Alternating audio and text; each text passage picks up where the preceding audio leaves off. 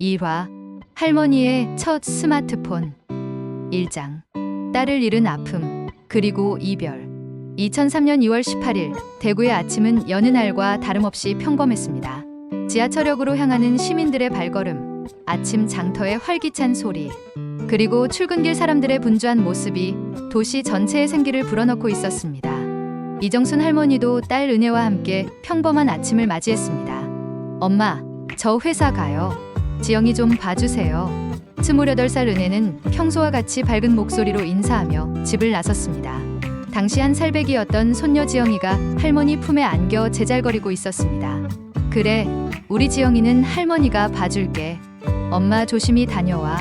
정수는 딸의 뒷모습을 바라보며 평범한 하루가 시작되리라 생각했습니다.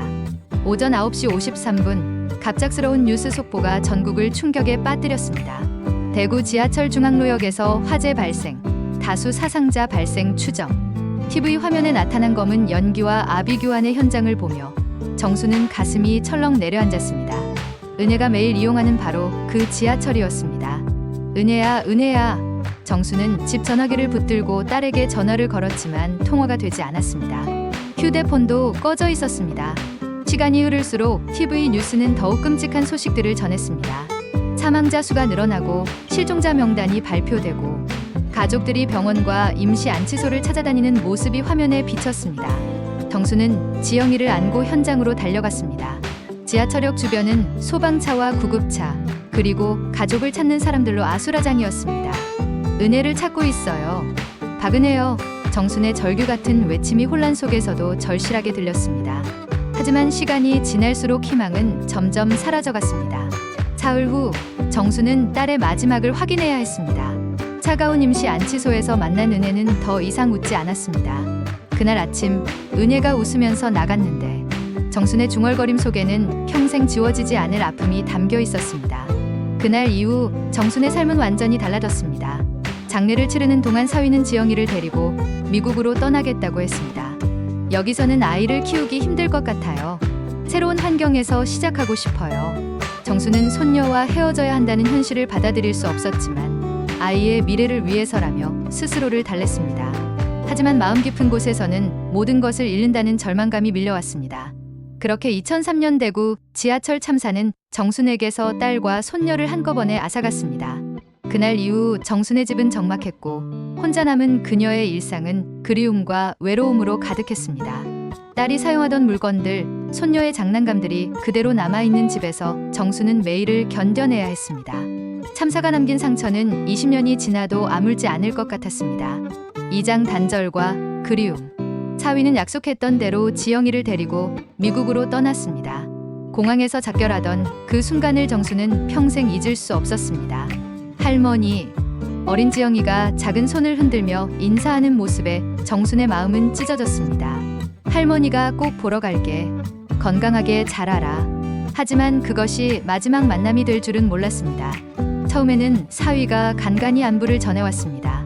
지영이가 미국 생활에 적응하고 있다는 소식, 영어를 빨리 배우고 있다는 이야기, 새로운 환경에서 밝게 자라고 있다는 근황들이었습니다. 정수는 그 소식들을 들으며 안도하면서도 한편으로는 손녀가 자신을 잊어버릴까봐 걱정했습니다. 하지만 시간이 흐르면서 연락은 점점 뜸해졌습니다. 사위는 새로운 생활에 바빠져 갔고 지영이도 성장하면서 한국어보다는 영어에 더 익숙해져 갔습니다. 정순이 보내는 편지나 카드에 대한 답장도 점점 줄어들었습니다. 마침내 몇 년 후부터는 아예 연락이 끊어졌습니다. 우편함에 도착하기만 기다렸던 편지들이 더 이상 오지 않았습니다. 정수는 혼자 남겨진 집에서 매일을 견뎌내야 했습니다. 아침에 눈을 뜨면 딸이 엄마, 저 회사 가요라고 말하며 나갈 것 같은 착각이 들었고 저녁이면 지영이가 할머니 하며 달려올 것 같은 기대를 했습니다.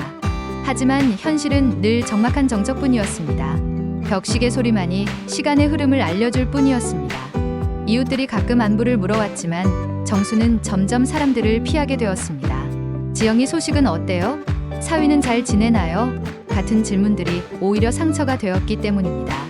대답할 소식도 없고 연락도 두절된 상황에서 그런 질문들은 정순에게 고통스러울 뿐이었습니다. 차라리 혼자 있는 것이 편했습니다. 혼자서 보내는 명절이 가장 힘들었습니다. 추석이나 설날에는 다른 집에서 들려오는 웃음소리와 아이들 뛰노는 소리가 정순의 외로움을 더욱 깊게 만들었습니다.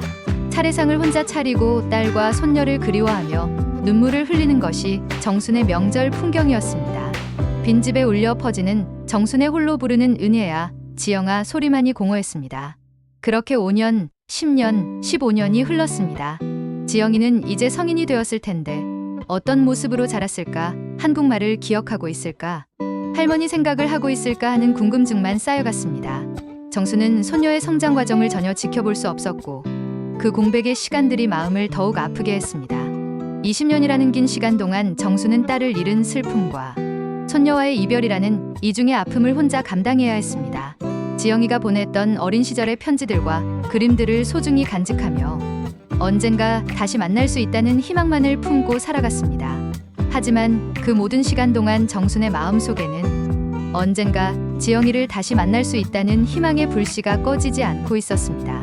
그것이 정순을 지탱해주는 유일한 힘이었습니다. 3장 소외되는 일상. 정순의 일상은 20년 전과 크게 다르지 않았습니다. 아침에 일어나면 라디오를 켜고 뉴스를 들으며 하루를 시작했습니다. 집 전화기로 몇 안 되는 지인들과 안부를 나누고 손으로 쓴 편지를 우체국에 붙이러 가는 것이 유일한 소통 방법이었습니다. TV는 여전히 정순의 가장 친한 친구였습니다. 드라마와 뉴스를 보며 하루 대부분의 시간을 보냈습니다. 시장에 장을 보러 갈 때마다 정순은 변화하는 세상을 목격했습니다. 젊은 사람들은 모두 손에 작은 기계를 들고 다니며 그것을 만지작거렸습니다.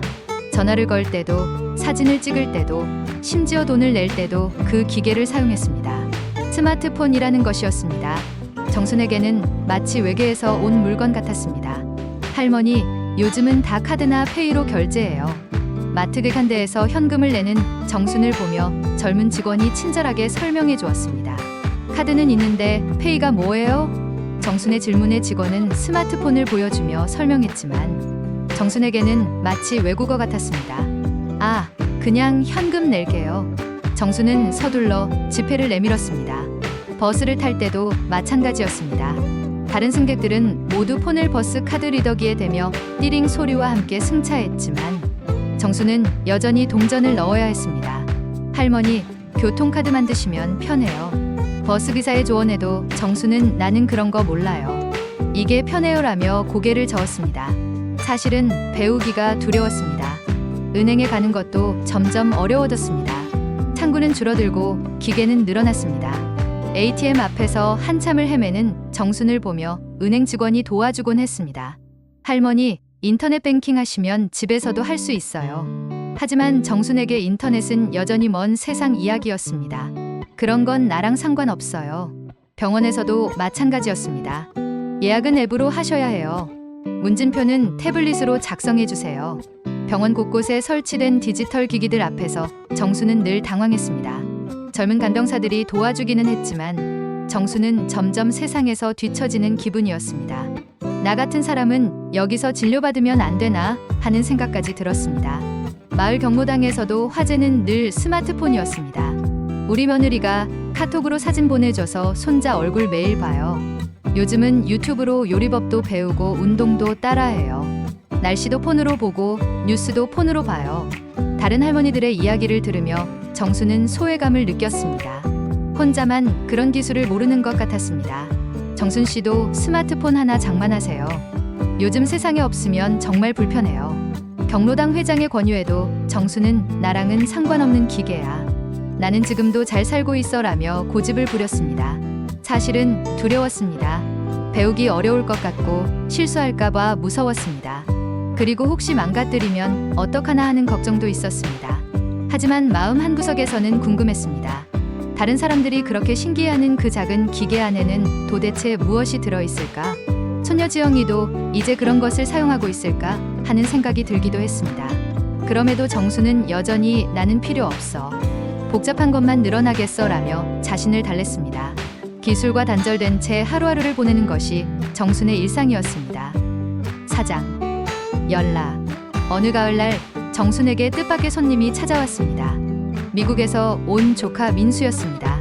은혜의 사촌 오빠인 민수는 출장차 한국에 왔다며 정순을 찾아온 것이었습니다. 20년 만에 만나는 가족이라 정수는 무척 반가웠습니다. 민수야, 정말 오래간만이다. 많이 컸구나. 미국에서 잘 지내고 있었니? 이모, 안녕하세요. 건강하게 지내고 계시네요. 민수는 정중하게 인사하며 정순의 손을 잡았습니다. 함께 차를 마시며 근황을 나누던 중 민수가 조심스럽게 말을 꺼냈습니다. 이모, 지영이 이야기 들으셨어요? 정순의 표정이 순간 밝아졌습니다. 지영이를 아니? 어떻게 지내고 있니? 건강하니? 20년 만에 듣는 손녀 소식에 정순의 목소리가 떨렸습니다. 지영이가 이제 대학생이에요. 스탠포드에서 컴퓨터 공학을 공부하고 있어요. 정말 똑똑하게 자랐어요. 성격도 밝고 활발하고요. 민수의 말에 정수는 눈물이 맺혔습니다. 우리 지영이가 벌써 대학생이라니. 시간이 정말 빨리 지나갔구나. 어린 아기였는데 소녀의 성장한 모습을 상상하며 정수는 가슴이 벅찼습니다.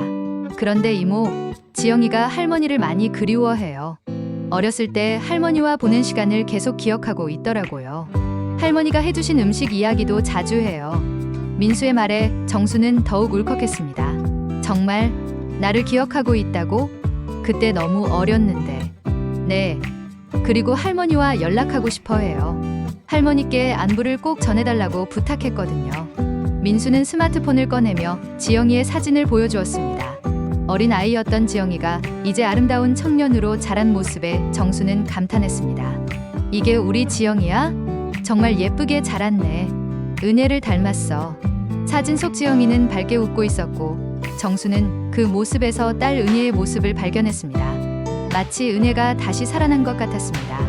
이모, 지영이가 할머니와 카톡하고 싶어 해요. 영상통화도 하고 싶어 하고요. 매일 할머니 생각을 한다고 하더라고요. 민수의 말에 정수는 당황했습니다. 카톡이 뭐니? 영상통화는 또 뭐고? 아, 이모는 스마트폰이 없으시구나. 요즘은 스마트폰으로 전 세계 어디든 무료로 전화할 수 있어요. 얼굴도 보면서 이야기할 수 있고요. 정수는 혼란스러웠습니다. 20년 동안 그리워했던 손녀와 연락할 수 있는 방법이 있다는 것이었습니다. 하지만 그러려면 스마트폰이라는 어려운 기계를 사용해야 했습니다. 내가 그런 걸 할 수 있을까? 너무 어려울 것 같은데. 이모, 요즘 할머니들도 다 스마트폰 써요. 조금만 배우시면 금방 익숙해지실 거예요. 지영이를 위해서 한번 도전해보세요. 민수는 자신의 폰으로 지영이와 영상통화를 시도했습니다. 지영아, 할머니 계시다. 인사해봐. 화면에 나타난 지영이의 모습에 정수는 말을 잇지 못했습니다. 할머니, 정말 할머니세요? 보고 싶었어요. 영어와 한국어가 섞인 지영이의 목소리에 정수는 눈물을 쏟았습니다. 지영아, 할머니다. 보고 싶었어. 많이 컸구나. 하지만 통화는 짧았습니다. 민수의 폰을 빌려서는 자주 연락할 수 없었습니다. 이모, 스마트폰 하나 장만하시면 지영이와 매일 이야기할 수 있어요. 지영이도 할머니와 자주 연락하고 싶어 해요. 정수는 깊은 고민에 빠졌습니다. 두려움과 그리움 사이에서 마음이 흔들렸습니다. 과연 자신이 그런 복잡한 기계를 다룰 수 있을까요? 하지만 손녀를 다시 만날 수 있다는 희망이 두려움보다 더 컸습니다. 5장. 용기. 민수가 떠난 후 정수는 며칠 동안 잠을 이루지 못했습니다. 지영이의 얼굴이 계속 머릿속에 맴돌았고 할머니라고 부르던 목소리가 귓가에 남아 있었습니다. 결국 정수는 용기를 내어 휴대폰 매장으로 향했습니다. 지영이를 위해서라면 뭐든 해보자. 무거운 발걸음이었지만 마음은 단단했습니다. 휴대폰 매장에 들어선 정수는 압도당했습니다. 진열대에 놓인 수많은 스마트폰들이 모두 똑같아 보였고 젊은 직원들이 사용하는 전문 용어들은 외국어 같았습니다. 어서 오세요. 어떤 폰을 찾고 계세요? 직원의 질문에 정수는 당황했습니다. 저 그냥 전화하는 기계 하나 주세요. 손녀랑 이야기할 수 있는 걸로요. 할머니, 스마트폰 처음 사용하시는 거죠? 시니어용으로 추천드릴게요. 친절한 직원이 큰 화면에 큰 글씨로 된 스마트폰을 보여주었습니다. 이건 글씨도 크고 사용법도 간단해요. 할머니들이 많이 쓰시는 제품이에요. 정수는 조심스럽게 폰을 만져보았습니다. 생각보다 가벼웠지만 여전히 복잡해 보였습니다. 요금제 설명을 듣는 것도 어려웠습니다. 데이터가 뭐예요? 와이파이는 또 뭐고? 기가가 뭐고 무제한이 뭐예요? 정순의 질문에 직원은 차근차근 설명해 주었습니다. 할머니, 이건 인터넷 사용량이고 이건 집에서 무료로 인터넷 쓰는 방법이에요. 하지만 정순에게는 여전히 어려운 개념들이었습니다. 그냥 전화만 할 수 있으면 돼요. 지문 인식을 설정하는 과정에서 정수는 실수를 연발했습니다. 손가락을 화면에 대세요. 더 세게 눌러주세요. 아니에요. 살짝만 대시면 돼요. 손가락을 돌려가면서 대세요. 몇 번의 시도 끝에 겨우 지문이 등록되자 정수는 신기해했습니다. 내 손가락으로 문을 여는 거예요? 네, 할머니 손가락으로만 열 수 있어요. 안전해요. 카카오톡 설치와 가입 과정은 더욱 복잡했습니다. 프로필 사진을 설정해 보세요. 직원이 정순의 사진을 찍어주자 화면에 자신의 얼굴이 나타났습니다. 어머, 내가 이 기계 안에 들어갔네. 정순의 순진한 반응에 직원들이 웃었습니다. 악의 없는 따뜻한 웃음이었습니다. 네, 할머니. 이제 다른 사람들이 할머니를 알아볼 수 있어요. 문자 보내는 법을 배우는 것은 정말 어려웠습니다. 고를 누르고 R을 누르고 정순의 서툰 손가락 움직임의 화면에는 이상한 글자들이 나타났습니다. 가나다라마바사. 한글 자음과 모음을 하나씩 찾아가며 글자를 만드는 정순을 보며 직원은 인내심을 갖고 도와주었습니다. 천천히 하세요. 급하지 않아요. 사진 찍는 기능을 배울 때 정순은 처음으로 즐거워했습니다. 이 버튼을 누르면 사진이 찍혀요. 직원의 설명에 따라 정순이 버튼을 누르자 찰칵 소리와 함께 사진이 찍혔습니다. 어머, 정말 찍혔네. 현상은 어디서 해요? 할머니, 요즘은 현상 안 해도 돼요. 폰에서 바로 볼 수 있어요. 신기하네. 이 작은 기계에 사진이 들어가 있어. 민수가 알려준 지영이의 연락처를 입력하는 순간이 가장 떨렸습니다. 이제 손녀와 연락할 수 있어요? 네, 할머니. 지금 바로 메시지 보낼 수 있어요. 정수는 떨리는 손으로 첫 번째 메시지를 작성했습니다. 지영아, 할머니야. 이제 카톡 할 수 있어. 서툰 맞춤법이었지만 마음은 가득 담겨 있었습니다.